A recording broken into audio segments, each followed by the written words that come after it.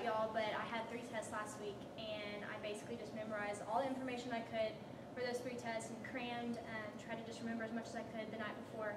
And now if you were to ask me anything from my accounting test or my sociology test, probably couldn't tell you much about what happened.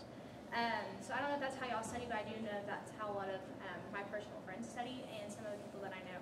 So I think this would affect y'all, and so I hope that you are interested. So first, an overview. So I'm just going to be basically, like I said, talking about the problem with memorizing for tests.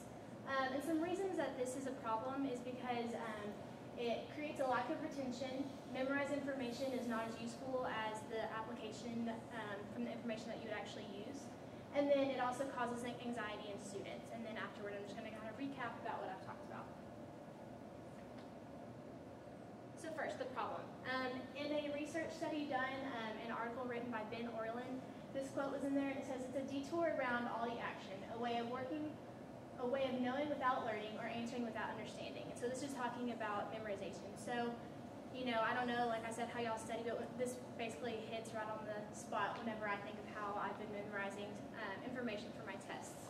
It's also a problem because whenever you memorize something, it's interchangeable, and the information that you learn doesn't really make a difference to what you're thinking about.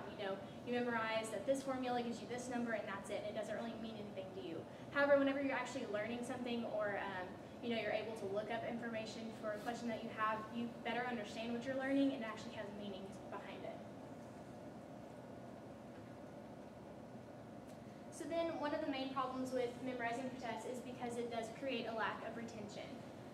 Memorization leads to superficial memory, which only lasts for a short amount of time. So like I said, I studied really hard for 20 hours straight, didn't even leave the library, memorizing for my accounting test, and now if you were to ask me not even a week later, can't tell you a single thing I learned. So whenever you learn this way and you're memorizing for tests this way, you're not retaining any of that information, and as soon as the test is over, you don't think about it again.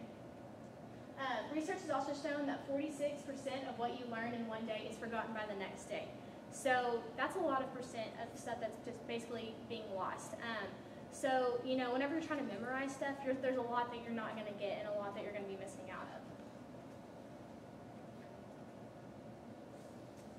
And then another reason it's bad to memorize for tests and different things is because application of that information is a lot more important than the information itself. So, if you ask someone what the definition of a certain word is, if they only know the full length of the definition just because they memorize it, and rather than understanding what it means, it's not going to be near as useful. It's not what you memorize, but how you apply that information. So, you might know, for example, a simple explanation, 2 + 2 = 4.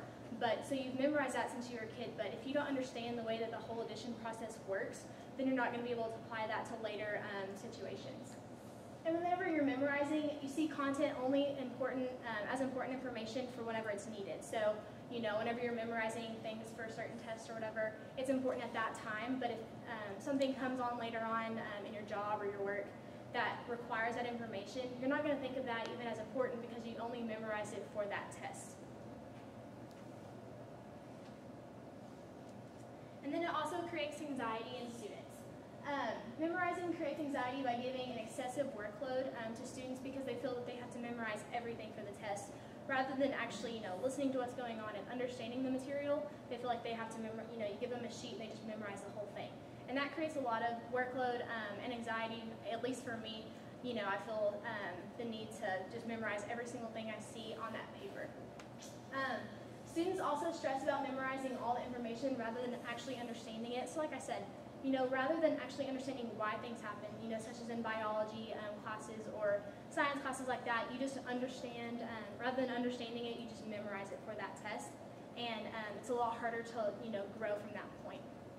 Research also shows that people prefer tests where they don't have to memorize information because it loosens the test anxiety. So whenever they're given options like open book tests or tests where they can have a cheat sheet or any kind of resource that they would have, they seem to prefer that a lot more.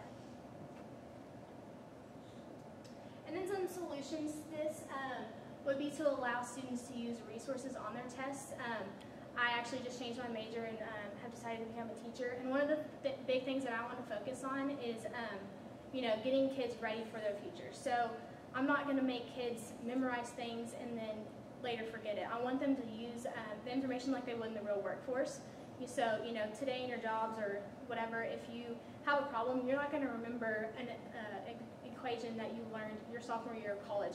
You're going to look it up on the internet. You're going to use your resources. With the advancement of technology, you're going to be able to use your iWatch or whatever. It doesn't really matter. But with the growing of technology, you're going to be using that to your resource or to your advantage rather than just memorizing things that you need to know.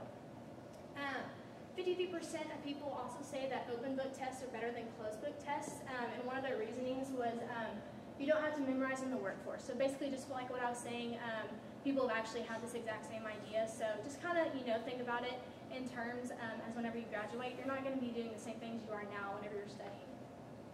And then another solution that we could possibly use is to talk with Texas Tech administration, or just kind of even talk to your own teachers about, see if they are open to their teaching styles, because with the advancement of everything that's going on in today's world, it's kind of hard to keep teaching the way they used to 40 years ago.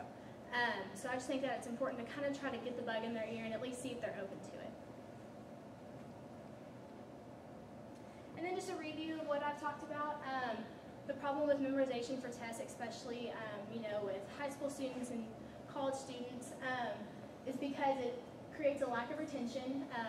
The information isn't near as useful as the application of the resources, and then it causes anxiety in students. So basically, like I said, if you have the opportunity, I encourage you to just talk to whoever you can about this and see if you can get the bug in teachers' ears, because I definitely know that I would appreciate it myself if were able to use my resources on tests.